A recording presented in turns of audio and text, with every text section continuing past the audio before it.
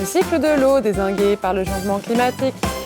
Avec la chaleur du soleil, l'eau des mers, des océans, des lacs et des fleuves s'évapore. En même temps, les végétaux transpirent de l'eau, on appelle ça l'évapotranspiration. De la vapeur d'eau s'accumule alors dans l'atmosphère. Et ça continue jusqu'à saturation. À ce moment-là, la vapeur d'eau se condense et retombe sous forme de gouttes. C'est la pluie. La plupart de cette pluie tombe dans les océans et un peu sur les continents. Sur la terre ferme, l'eau ruisselle jusqu'aux cours d'eau, ou alors elle s'infiltre dans les sols et elle recharge les nappes phréatiques. Très lentement, une partie de cette eau souterraine vient alimenter les sources des cours d'eau, puis les mers et les océans. Et puis voilà, on recommence. Mais si on augmente les températures, il se passe quoi? Eh bien, il y a un combo de 2 facteurs.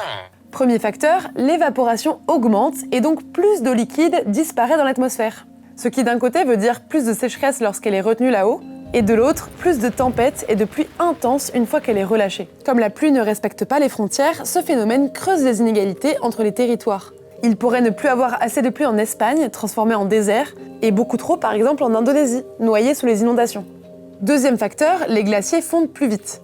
Avec cet apport en eau, le niveau de la mer monte. En montant, elle s'infiltre de plus en plus dans les eaux souterraines, l'eau salée se mélange à l'eau douce, et donc encore moins de cette précieuse ressource est disponible. Et en plus, les catastrophes naturelles peuvent entraîner la pollution et la contamination des autres stocks d'eau disponibles, ce qui aggrave le problème. Pour résumer, il y aura beaucoup trop d'eau à des endroits et pas assez à d'autres, et même si on perd pas d'eau en volume, on perd de l'eau douce, et c'est ça qui nous intéresse vraiment.